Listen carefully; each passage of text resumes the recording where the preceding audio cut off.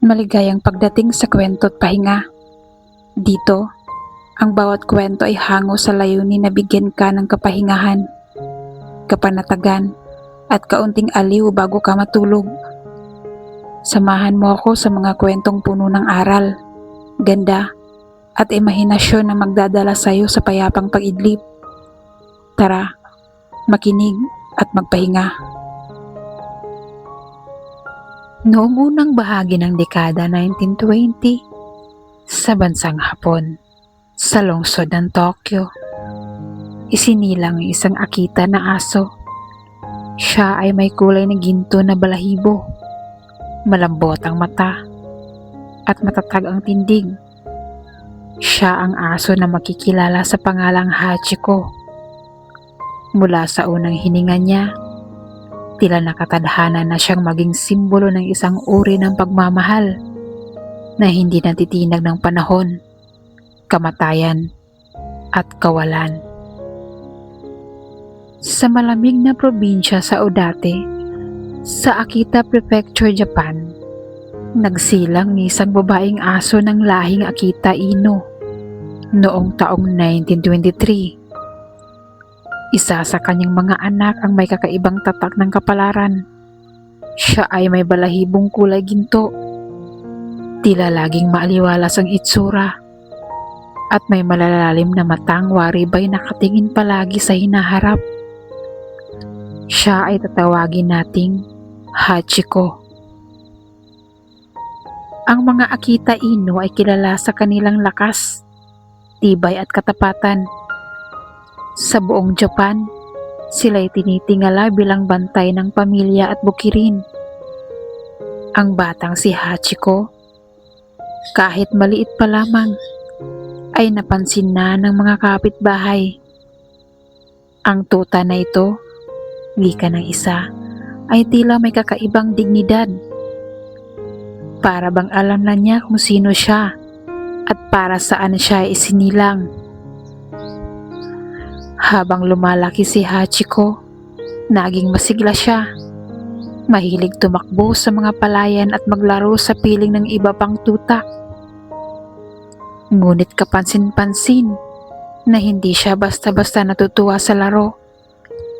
Madalas ay nakaupo lamang siya sa mataas na lugar.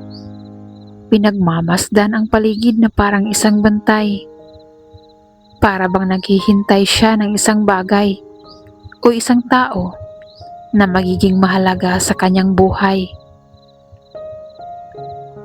Sa lungsod ng Tokyo, sa distrito ng Shibuya, nakatira noon si Professor Hidesaburo Ueno, isang guro sa Tokyo Imperial University. Isa siyang kilalang eskolar sa larangan ng agrikultura. Mahilig siya sa mga hayop.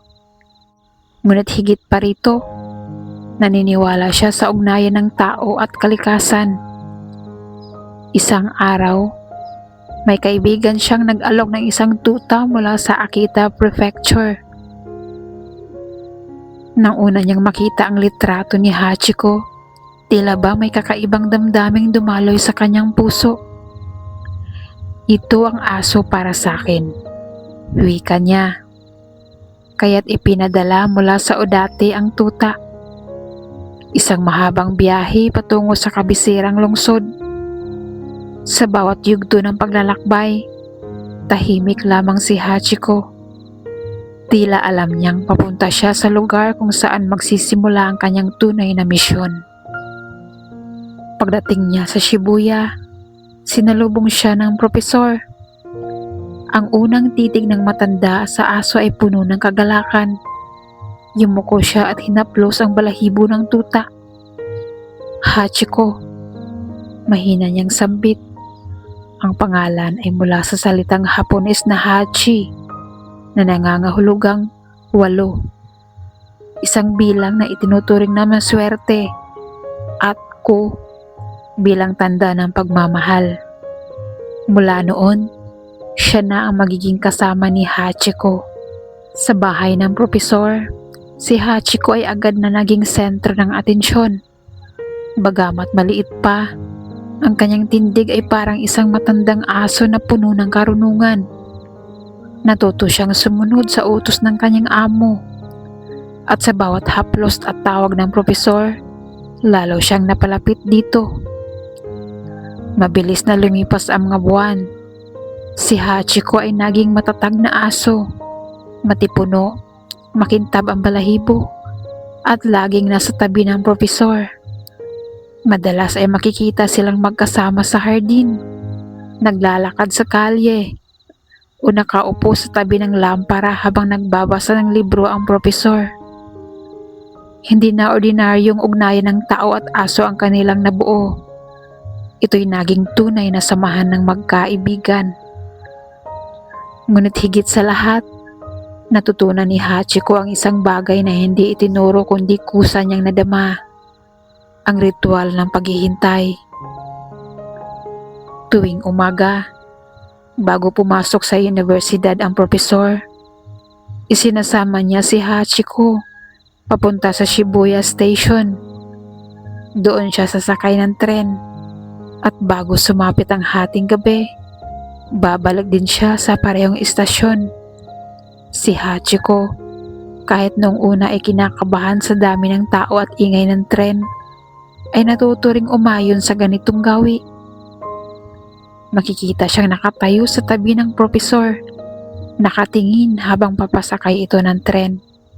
At sa pagbabalik ng tren tuwing hapon, si Hachiko ay nasa parehong lugar, nakaupo o nakatayo, sabik na naghihintay sa kanyang amo. Ang eksenang ito, bagamat karaniwan sa kanila, ay nagsimulang mapansin ng mga tao sa paligid.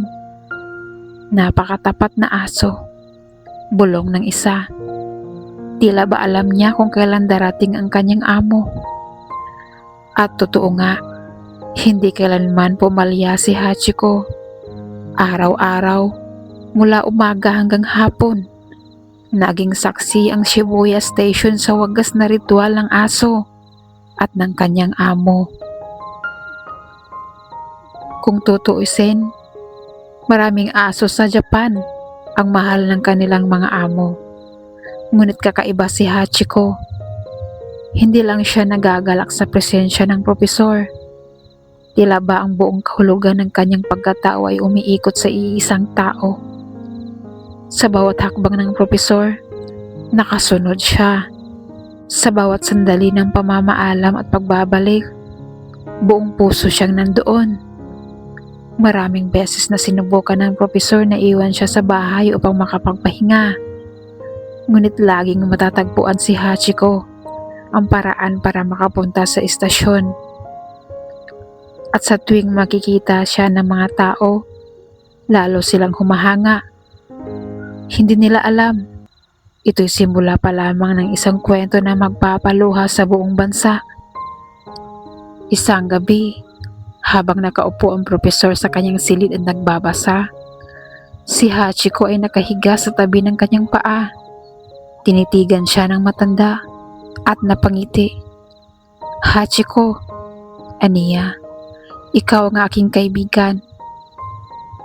Wari ba'y naiintindihan ng aso ang bawat salita, sapagkat itinagilid nito ang ulo at lumapit pa sa kanyang amo. Hindi alam ng propesor na ang simpleng pagsasabi niyang yun ay magiging alaala ng tatatak sa kasaysayan, sapagkat sa mga darating na taon, ang pagkakaibigang iyon ang susubok sa kahulugan ng salitang katapatan. Bawat umaga, tila isang nakatakdang orasan ang kilos ni Hachiko. Pagmulat pa lang ng propesor mula sa kanyang banig, naroon na agad ang aso. Nakaupo sa may pinto, tila nagsasabing, "Handa na ako, sama mo ako." Hindi na kailangang tawagin ng pa. Ang propesor ay palaging napapangiti, hinahaplos ang ulo ng kanyang aso bago isuot ang kanyang sombrero at dalhin ang maleta. Magkasabay silang lalakad patungo sa Shibuya Station. Malinis ang mga kalsada. May bahagyang hamog pa mula sa malamig na umaga. Ang mga tao ay abala sa kani-kanilang gawain. Mga estudyanteng nagmamadali, mga tindero-tinderang naghahanda ng paninda, at mga manggagawang papasok. Ngunit kapansin-pansin palagi ang pares na magkaibigan. Isang propesor na may dignidad at isang aso na may ningning sa mga mata. Pagdating sa istasyon, nakaupo si Hachiko sa tabi. Mahigpit na nakamasid habang bumibili ng tiket ang kanyang amo. Kapag sumakay na ito ng tren, hindi siya agad umaalis. Sa halip, nakatayo siya roon. Pinagmamasdan ang papalayong tren hanggang sa tuluyang nawala ito sa rilis. At saka lamang siya uuwi.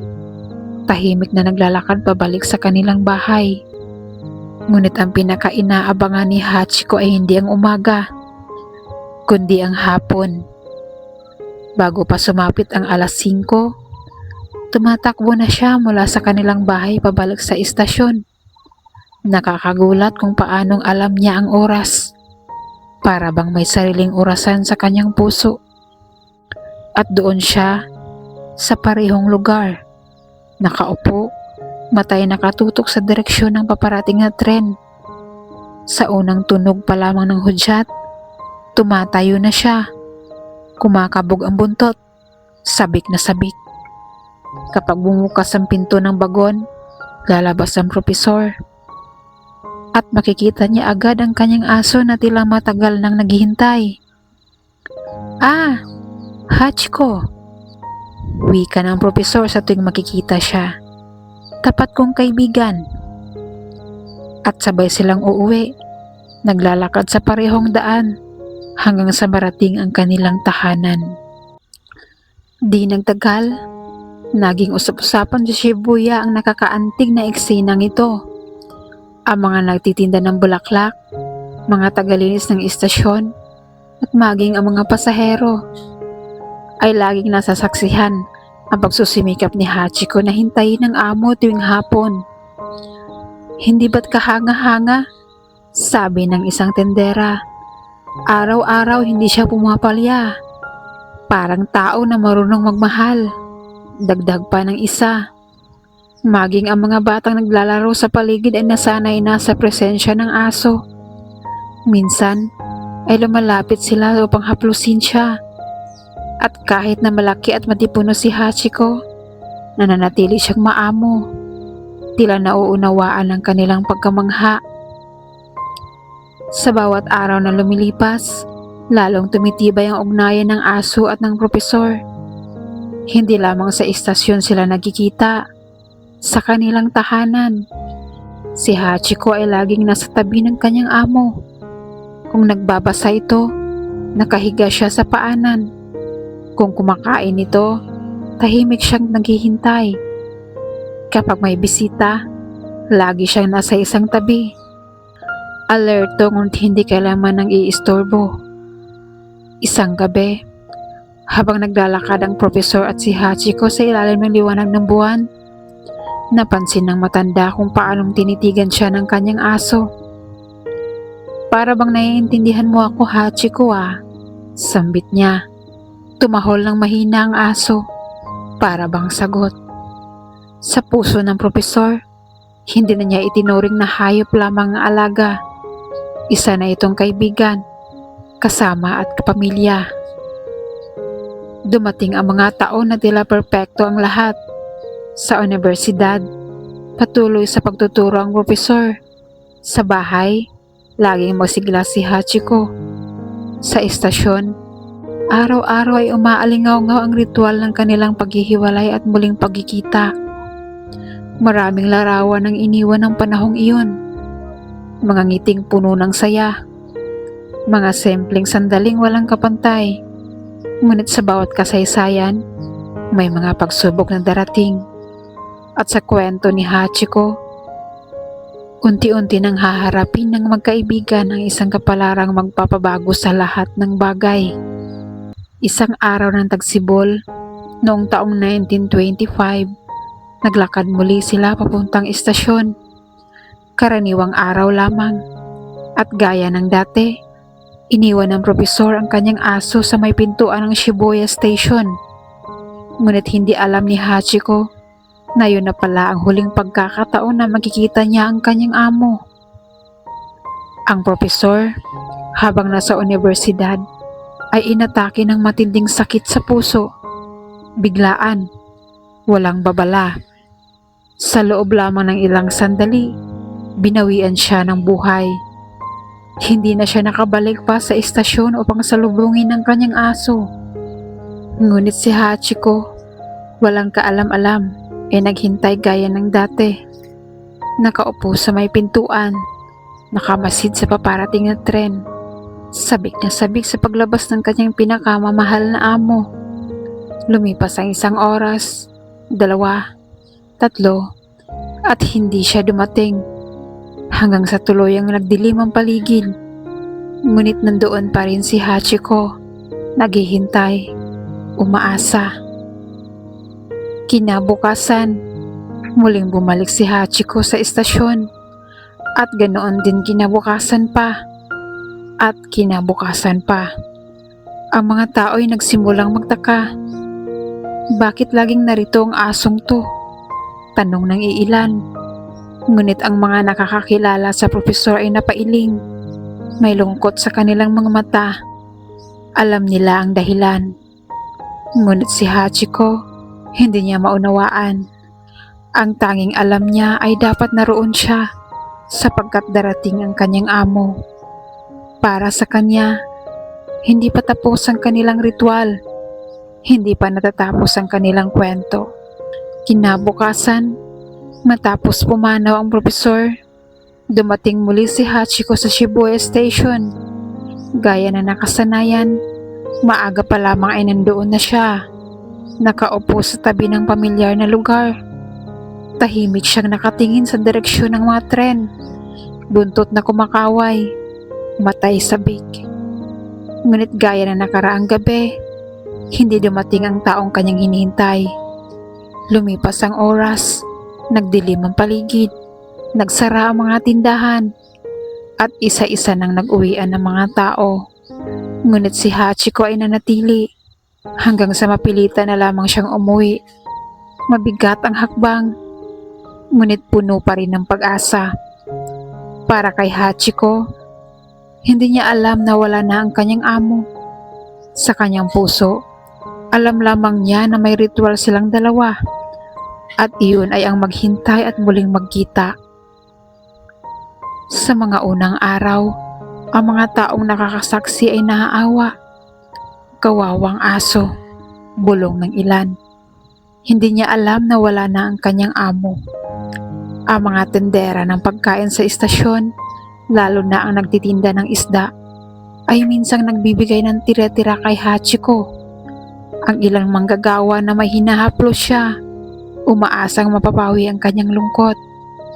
Ngunit kahit anong pag-aalaga ang gawin ng iba, hindi yun hinahanap ni Hachiko. Ang tanging nais niya ay makita muli ang propesor, kaya't araw-araw, bumabalik siya. Lumipas ang mga linggo at naging buwan, ngunit hindi pa rin pumalya si Hachiko. Tuwing hapon, bago sumapit ang oras ng dating pagdating ng tren ng kanyang amo, naroon siya, nakaupo. Minsan, nakahiga ngunit laging alerto, nakatingin sa direksyon ng paparating na bagon. Ang mga tao ay nagsimulang masanay na, para bang naging bahagi na ng istasyon ang presensya ng aso. Ngunit sa kanilang mga mata, may kakaibang bigat, sapagkat sa bawat araw na nakikita nilang naghihintay si Hachiko, napapaisip sila tungkol sa tunay na kahulugan ng katapatan at pag-ibig. Hindi naging madali ang buhay para kay Hachiko dahil wala na ang kanyang amo. Wala na ring regular na nag-aalaga sa kanya. Bagamat may mga kamag-anak ang propesor na tumangkang kupkupin siya, palaging bumabalik si Hachiko sa istasyon. Parang isang magnetong humihila sa kanya. Hindi niya kayang iwan ang lugar na iyon. Kadalasan, siya'y natutulog sa malamig na sahig ng kalye. Sa taglamig, halos nababalutan ng niyebe ang kanyang katawan. May mga araw na wala siyang makain kundi tira-tira mula sa mga tindahan. o paminsang pagbigay ng mga estranghero. Ngunit kahit anong hirap ang danasin niya, hindi siya umaalis sa kanyang gawi. Araw-araw, nandoon siya. Noong una, mga ordinaryong tao lamang nakakapansin sa kanya. Ngunit di naglaon, maging ang mga mamamahayag ay nakarinig ng kwento. Isang artikulo ang lumabas tungkol sa aso na naghihintay araw-araw sa Shibuya. Ang artikulong ito ay umantig sa puso ng marami. Maging ang mga taong hindi kilala ang propesor ay napaluha sa kwento ni Hachiko. Sila'y humanga sa kanyang walang hanggang pagtitiis, sa kanyang matatag na paniniwala na babalik ang kanyang amo. Habang tumatagal, mas lalong naging simbolo si Hachiko. Para sa mga mag-aaral, siya ay larawan ng leksyon tungkol sa katapatan. Para sa mga magulang, siya ay paalala sa mga anak na tungkol sa kahalagahan ng pag-ibig na walang kapalit. Para sa mga ordinaryong manggagawa, siya ay inspirasyon upang magpatuloy kahit gaano kahirap ang buhay.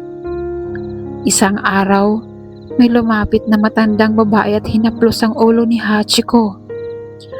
Kung ang isang aso, wika niya, ay kayang magmahal ng ganito, bakit tayo, mga tao, ay madaling bumitiw? Ang mga salitang iyon ay nagpalalim pa sa kahulugan ng presensya ni Hachiko sa Shibuya. Lumipas ang 1, 2, 3 taon, ngunit naroon pa rin si Hachiko. Sa bawat pagbagsak ng niyebe, sa bawat pag-ulan, sa bawat araw ng tag-init, hindi siya pumalya. Tumanda siya, pumayat, at dumami ang puting balahibo sa kanyang katawan. Ngunit hindi nagbago ang kanyang mga mata. Sa bawat tingin niya sa pintuan ng istasyon, nandoon ang pag-asa. At sa mga taong nakakita sa kanya, alam nilang may pinanghahawakan si Hachiko na hindi nila lubusang nauunawaan. Isang damdamin na mas malalim pa sa salita, ang walang hanggang pagmamahal. Nang mabalita sa pahayagan ang tungkol kay Hachiko, mabilis itong kumalat sa buong Tokyo at di naglaon sa buong Japan. Ang mga tao, mula sa mga estudyante hanggang sa mga pinuno ng lipunan, ay naantig sa kwento ng isang asong araw-araw ay naghihintay sa istasyon para sa kanyang amo na hindi na kailanman babalik. Kung ang isang aso ay kayang magpakita ng ganitong uri ng pagmamahal, wika ng isang guro, dapat tayong mga tao ay higit na matutong maging tapat. Maraming lumalapit kay Hachiko araw-araw. May mga batang nagbibigay sa kanya ng tinapay. May mga tendera ng isda na lihim na nagiiwan ng tira-tira. May mga estudyante ring humahaplos sa kanyang balahibo bago pumasok sa klase, na para bang humihingi ng lakas ng loob mula sa kanyang presensya. Noong 1934, natapos ang 9 na taon ng tuloy-tuloy na paghihintay ni Hachiko. Nagpasya ang mga mamamayan ng Shibuya na magtayo ng isang rebulto sa kanyang karangalan. Ang mismong sikat ng sculptor na si Teruo Ando ang gumawa nito. Sa araw ng pag-unveil ng rebulto, dumalo ang libo-libong tao. Naroon ang mga estudyante, mga manggagawa, mga opisyal, at maging mga banyagang bisita. Ngunit ang pinakatampok sa lahat ay ang mismong si Hachiko na dinala sa seremonya. Nakaupo siya sa harap ng kanyang sariling rebulto na para bang nauunawaan niya ang kahulugan nito. Ang mga tao ay nagpalakpakan at marami ang napaluha. Ito, wika ng alkalde, ay hindi lamang rebulto ng isang aso. Ito ay simbolo ng katapatan at pagmamahal na dapat pahalagahan ng bawat Hapon. Sa kabila ng pagiging tanyag at mahal ng mga tao, nanatiling simple ang pamumuhay ni Hachiko. Hindi siya tumigil sa kanyang gawi. Araw-araw, pumupunta pa rin siya sa istasyon, nakaupo sa parehong lugar, naghihintay sa parehong direksyon. ngunit hindi maitatangging tumatanda na siya. Ang kanyang dating makintab na balahibo ay naging magaspang. Ang kanyang katawan ay pumayat at mas madalas na siyang hingalin. Subalit ang kanyang mga mata, oo, ang kanyang mga mata ay nanatiling maliwanag at puno ng pag-asa. Sa mga huling taon niya, maraming tao ang tumulong upang alagaan siya. May mga nagdadala ng kumot tuwing malamig, pagkain tuwing tagutom, at tubig tuwing tag-init.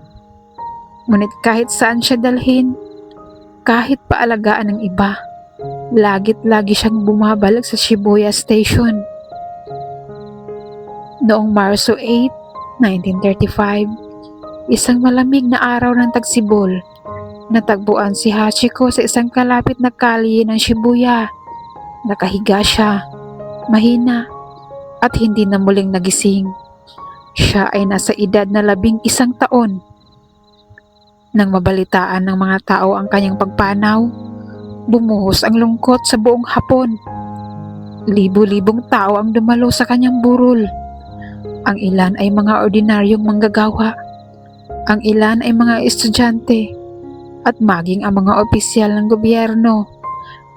Ang lahat ay nagbigay pugay sa asong nagpakita ng pag-ibig na walang hanggan. Sa mismong tabi ng kanyang amo sa sementeryo, doon inilibing ang kanyang abo. Sa wakas, matapos ang 9 na taong paghihintay, muli na silang nagtagpo. Ang kwento ni Hachiko ay hindi lamang nanatili sa panahong yun. Hanggang ngayon, siya ay isang alamat. Ang kanyang rebolto sa Shibuya Station ay isa sa pinaka-binibisitang lugar ng mga tao mula sa iba't ibang panig ng mundo. Ang mga magkasintahan ay nagtatagpo roon bilang simbolo ng wagas na pagmamahalan. Ang mga guro ay isinasama ang kanyang kwento sa mga aralin upang ituro ang halaga ng katapatan. At sa puso ng bawat Hapon, si Hachiko ay hindi lamang isang aso. Siya ay alaala ng isang uri ng pagmamahal na bihira sa mundo. Ang pag-ibig na hindi kailanman bumitiw. Matapos ang pagpanaw ni Hachiko noong 1935, hindi natapos ang kanyang kwento. Sa halip, doon pa lamang ito nagsimulang lumaganap ng higit. Ang mga pahayagan sa loob at labas ng Japan ay nag-ulat tungkol sa kanyang katapatan. Maging ang ibang bansa ay nabighani at napaiyak sa istorya ng isang asong hindi kailanman bumitiw sa kanyang amo.